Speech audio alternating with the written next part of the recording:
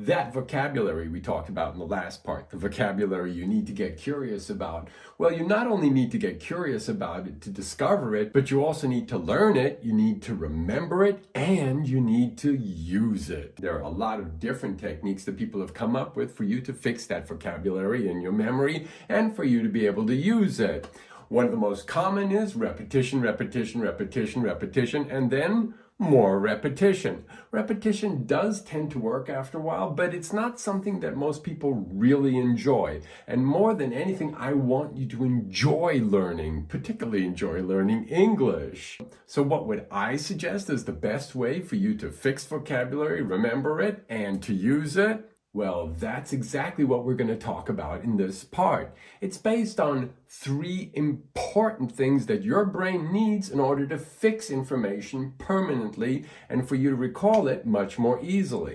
They are 1, emotional experience, 2, sensory experience, and 3, kinesthetic experience. Kinesthetic experience is moving your body. So what does it really mean? It means that your brain really needs to have an experience, a real life experience of that information in order to fix it, remember it, and recall it. Okay, so what does that really mean for you?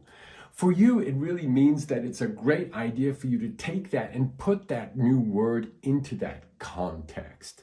Let's take an example. The example is fridge.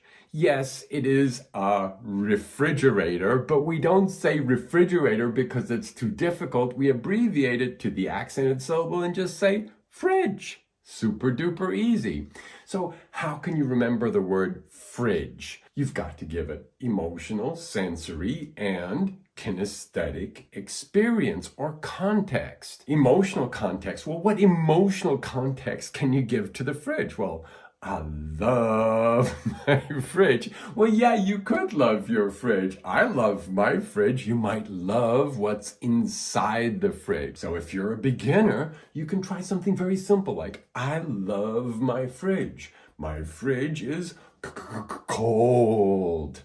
And I'm opening the fridge. I'm closing the fridge. Now, those simple sentences may not be enough for you to fix that, remember it, and recall it. So what you can do is you can take those contexts and apply them to other things and then bring them back to the fridge. What do I mean? Okay, I love my fridge. Well, I love my fat cat, Buzz. I love my family. I love English. So you can use the word love with other things, then bring it back to your fridge. Yes, I love my fridge.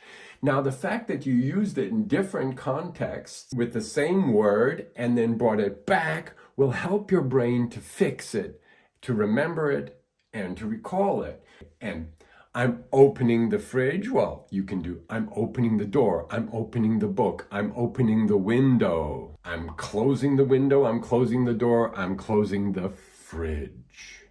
So those 3 experiences, emotional, sensory, and kinesthetic, will help you to fix this in your brain, to remember it, and to recall it. Now, I just described what to do if you're a beginner. Well, what if you're not a beginner? It's basically the same thing, but you can use more complex situations than a beginner would use. I ask beginners to use very simple sentences and to repeat them in different situations. If you're not a beginner, it's easier to explore that vocabulary more in depth by giving it more context in different situations. Let's take a word like, for example, acupuncture, okay? There's a big word for you.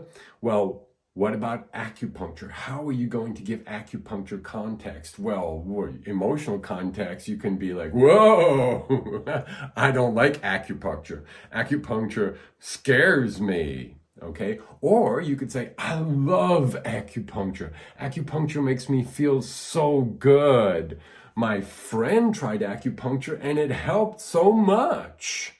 Okay, there's emotional context. The kinesthetic context could be like, whoa! And the sensory context, well, I don't like needles. Needles hurt. So acupuncture needles could hurt me. Or I like the feeling of acupuncture needles. Pfft, who knows? Or I like the way I feel after I have acupuncture. You can even explore it more intellectually and say, I wonder if acupuncture really works. If you've had acupuncture yourself, you can think about how it made you feel. Did it work? Do you feel like it got you the results that you wanted? Just explore it. I think the most important thing about these three particular experiences is try to have as much fun as you can. You can also recycle the experiences with other things and then bring them back to the vocabulary.